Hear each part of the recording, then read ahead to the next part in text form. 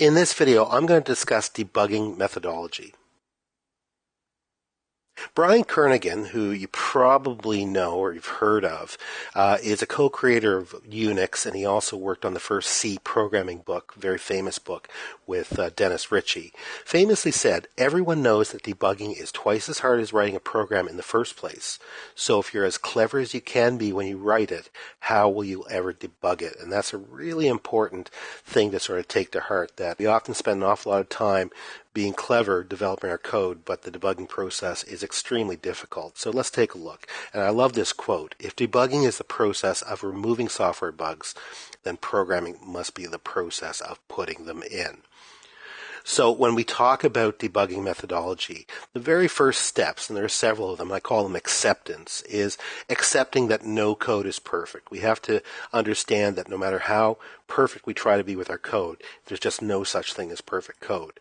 We have to accept that debugging is not easy. It's not an easy process. We need to accept that debugging is a necessity, it's a fact of life. And we also need to accept that debugging itself is a process, and that process has to be built into the development life cycle. Now, there are two types of debugging.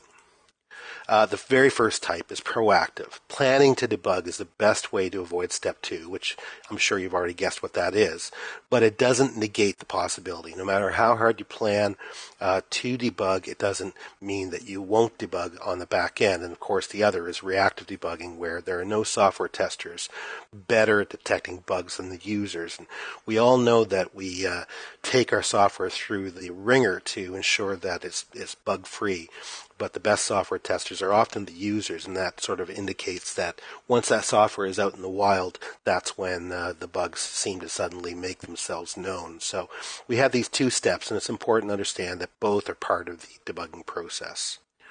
There's no right or wrong way, and this is really important, just less efficient ways. So there's no right or wrong way to debug software, but we have to understand that efficiency and planning is an important part of the debugging process.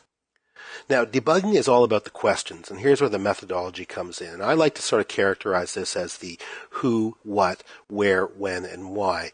And what I mean by that is, let's take a look at the first question, who.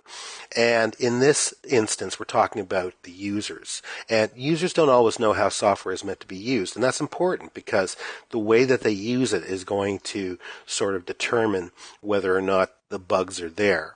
Users will act according to their own understanding. That means they'll do it their own way, and maybe you didn't intend them to use the software that way, but users are their own sort of determinant factor on whether or not the software is going to be used that way. Users are sometimes responsible for their own systems, and that's really important too.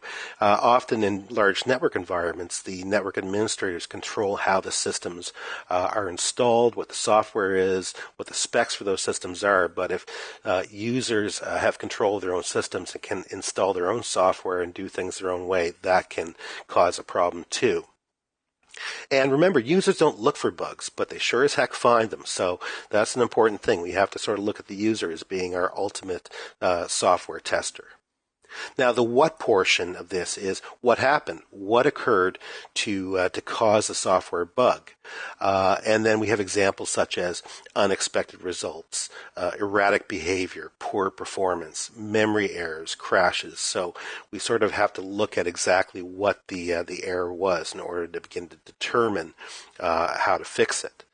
And if there was an exception, what was the exception? So we need to be able to identify what happened and how it affected the software, and then we can get to fixing it. Then there's the where part, and the where part is really where in the application did the exception occur. And now we're talking about looking at the code itself. So we have to isolate the location in the code, whether it was a procedure, a section of code, functions, and methods. So we need to be able to sort of drill down on the code and understand where that error occurred. And then we have the when part, and the when part's important too. When did it happen? At what point in the process of using that software did the error occur? And are there external forces at play? For instance, we have to look at what hardware was being used, what OS was being used, and what other software was installed in the system. That's all important when we're talking about debugging methodology. And then can we replicate that? Does it reoccur during a certain set of circumstances?